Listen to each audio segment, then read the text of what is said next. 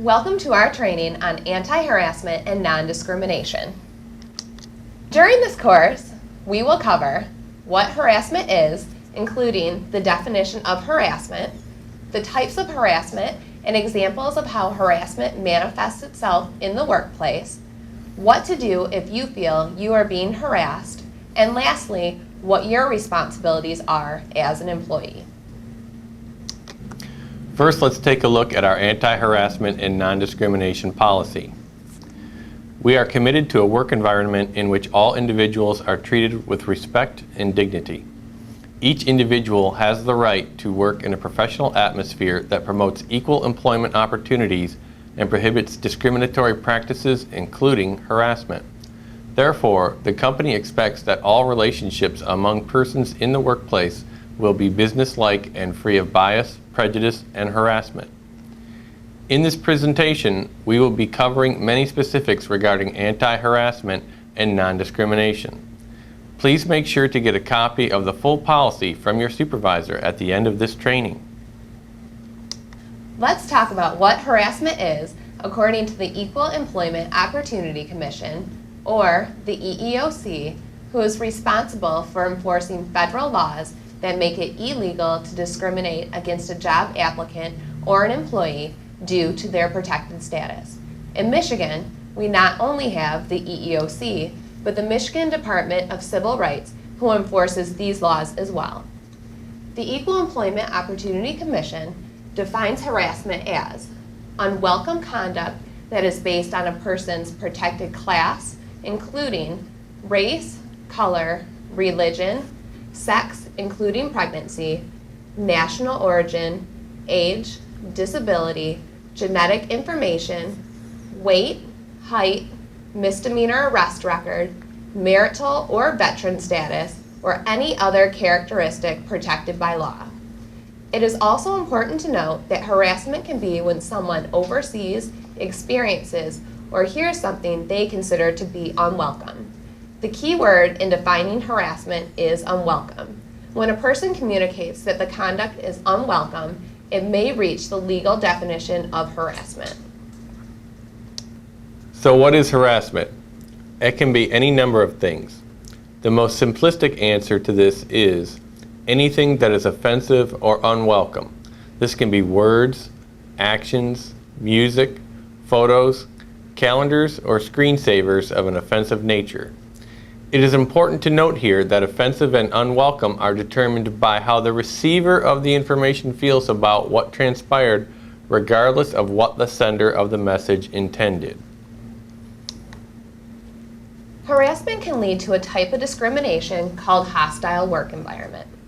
The EEOC defines a hostile work environment as one in which conduct unreasonably interferes with an individual's job performance or creates an intimidating, hostile, or offensive work environment. A hostile work environment exists when the following conditions are met.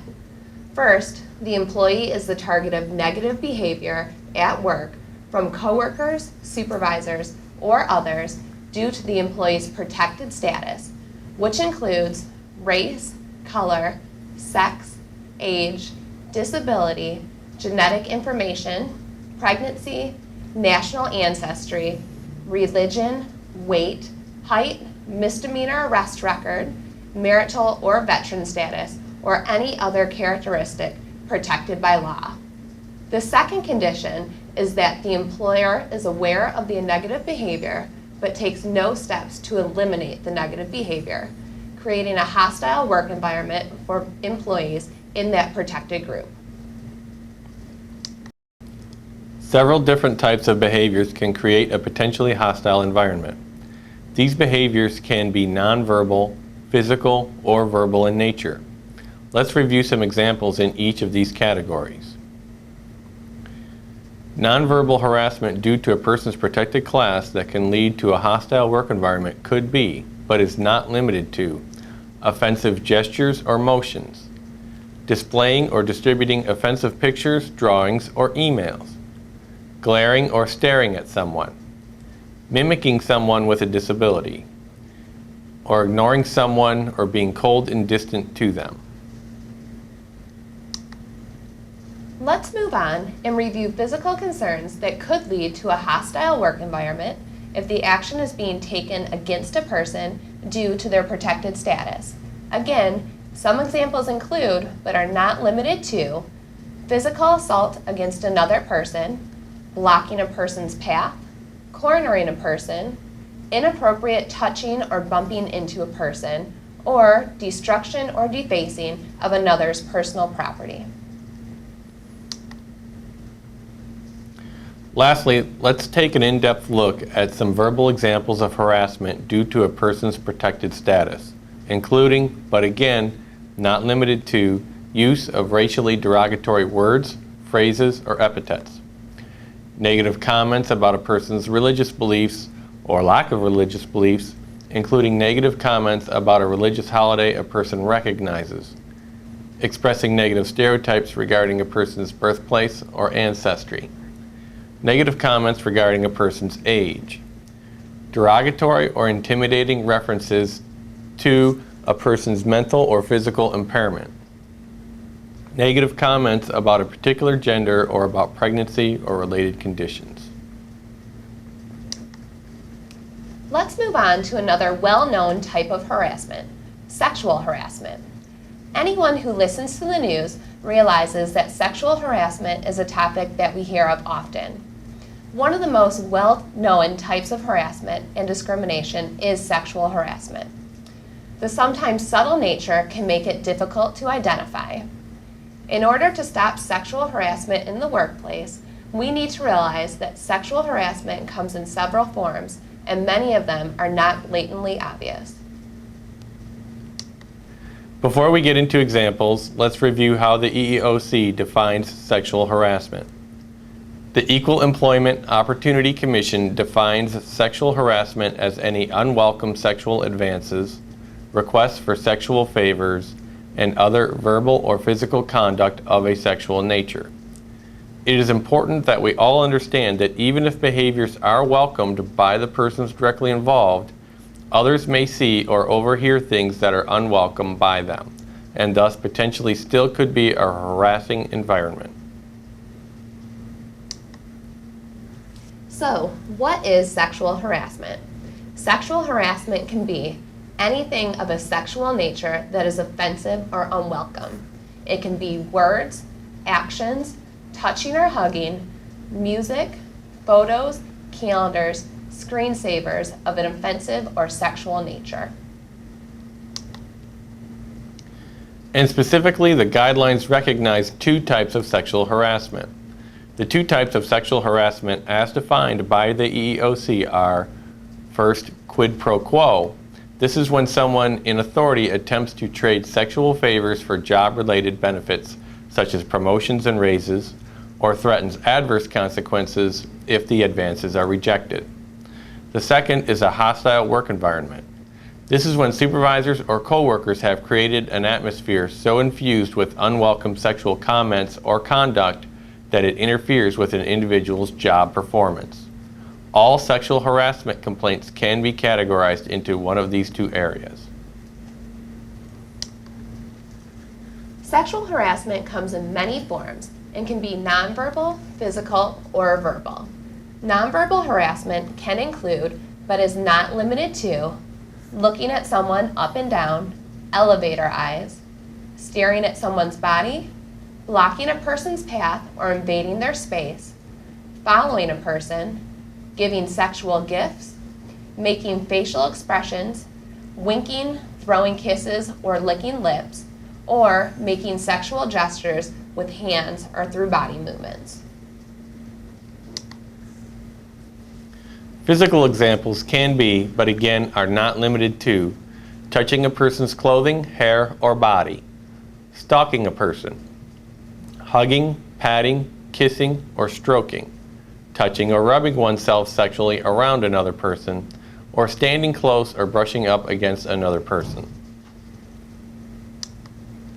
And lastly, verbal examples of sexual harassment can be, but are not limited to, referring to an adult as a girl, hunk, babe, or honey, whistling at someone, making cat calls or kissing sounds, making sexual comments about a person's body, making sexual innuendos, telling sexual jokes or stories, asking a person about or sharing your own sexual fantasies, preferences, or history, asking prying questions about a person's social or sexual life, repeatedly asking out a person who is not interested, or telling lies or spreading rumors about a person's sex life.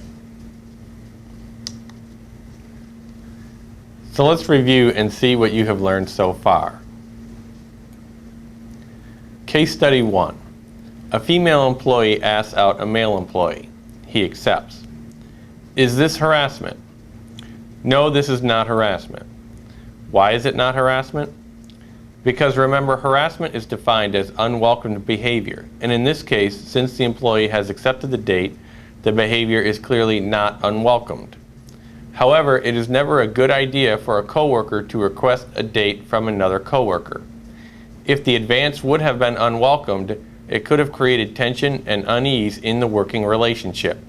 Or if the relationship did develop, it could create a hostile work environment for others. This is one of the reasons that most employers have an anti-nepotism policy or no dating policy.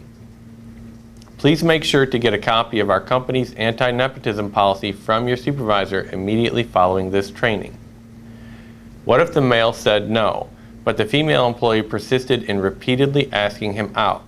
Eventually, this may rise to the level of hostile work environment. Moving on to case study 2. Jim just had his 40th birthday. Since then, his coworkers jokingly refer to him as old man and talk about him being over the hill. Jim tells his coworkers to stop joking around, but their comments continue. Is this harassment? Yes, this is harassment. What type of harassment is this? Hostile work environment. Why? Because of Jim's coworkers' comments about his age, he is being made to feel uncomfortable. Even if his coworkers were just joking around, we all need to remember that it's about the receiver's perception of the message regardless of the intent behind it. When someone tells us that our actions are making them feel uncomfortable, we must respect their feelings and no longer continue the action. Case study number 3. A male and female employee share an office. The male employee listens to music during the workday that is filled with derogatory language about women. When she tells her boss, she says to not be so uptight and says, besides, it's only music. It's not like he was the one saying it. Is this harassment? Yes, this is harassment. What kind of harassment? Hostile work environment. No one should have to be subjected to derogatory or demeaning language based on a protected status from another person, music, or items in the workplace. Case study number 4. A female employee is constantly being asked out on dates by an outside vendor who she repeatedly has told that she is not interested. When she tells her supervisor, he says, "There's nothing I can do. He's not my employee." Is this harassment? Yes, this is indeed harassment. What kind of harassment is it? Hostile work environment. What about the fact that the harasser is not an employee of the company? The harasser does not need to be another employee of the company. They can be a client, vendor, or anyone else. All employees have the right to work in an environment that is free of harassment that comes from any person. Case study number 5. A department goes out to lunch together each week. Every time they go, they invite everyone in the department except for Mary. Is this harassment? It depends. If they are shunning Mary because of her disability, religion, ethnic background, or any other protected class, then yes, it is harassment. Even something that can seem as small as not inviting a person out to lunch, when you invite the rest of the group, can lead to a hostile work environment if you are not inviting the person due to their protected class. Case study 6. Bob's boss is a micromanager who regularly screams, yells, throws papers into the air, and berates employees of every age, race, and sex. Is this harassment? Let me start by saying that Bob's boss is clearly not the leader we want him to be. However, this is not harassment, but Bob's boss is a jerk. Unfortunately, he is an equally offensive jerk to everyone and does not target employees based on their protected status. So this does not meet the legal standards for creating a hostile work environment. However, Bob's boss's actions are unacceptable and should be shared with that person's supervisor. Now that we know how to identify harassment in the workplace, let's talk about what to do if a problem occurs or you feel you are being harassed. First, in a professional manner, advise the person making you uncomfortable that their behavior is unwelcome and ask them to stop. And secondly, promptly notify an officer of the company or human resources. Never assume that someone knows this is happening or that it will just go away. Also, if your manager is the person you feel you are being harassed by, do not just tell that manager that you believe you are being harassed. Be sure to report it to another officer of the company or human resources. All employees need to fully understand that we have a zero tolerance for harassment and discrimination, and any such behavior may lead to disciplinary action up to and including immediate termination. Whenever allegations are made, we take them very seriously and will conduct a thorough investigation where the alleged harasser and complaining party, along with any witnesses, will be interviewed for details. Based on information gathered, appropriate action will be taken. Again, it is critical for us to remember that harassment is not about the intent of anyone's actions, but about the perception of the receiver. If a behavior is perceived to be inappropriate, it will be investigated. Our company is committed to a workplace free from any type of harassment or discrimination. Therefore, behavior always needs to be professional and appropriate for the workplace. So what are your responsibilities as an employee? As an employee, you should understand our company's anti-harassment policies and procedures, refrain from participation in or encouragement of actions that could be perceived as harassment, immediately report any acts that you think are harassment to the HR department, whether the actions are directed towards you or another employee. And lastly, encourage any employee who confides in you that they are being harassed or discriminated against to immediately report these acts to the HR department. All reports made are taken seriously and will be investigated. The company will interview the employee who complained, the accused, and potential witnesses. All parties involved may also be asked to write a statement. If you are asked to provide a written statement, you are required to provide one. The company will do its best to keep all information confidential, but some disclosure may be necessary to facilitate an appropriate investigation. No one should ever be retaliated against for making a report or for participating in the investigation. If you feel there has been some attempt to retaliate, you must promptly report it. The complaining employee will be notified at the conclusion of the investigation. However, the employee will not be told what disciplinary action, if any, is taken against the harasser. And that concludes our training today. Thank you for attending. Please be sure to get a copy of the company's full harassment and anti-nepotism policy from your manager. If you have any questions about the information you have heard today, we encourage you to follow up with your HR department immediately following this training.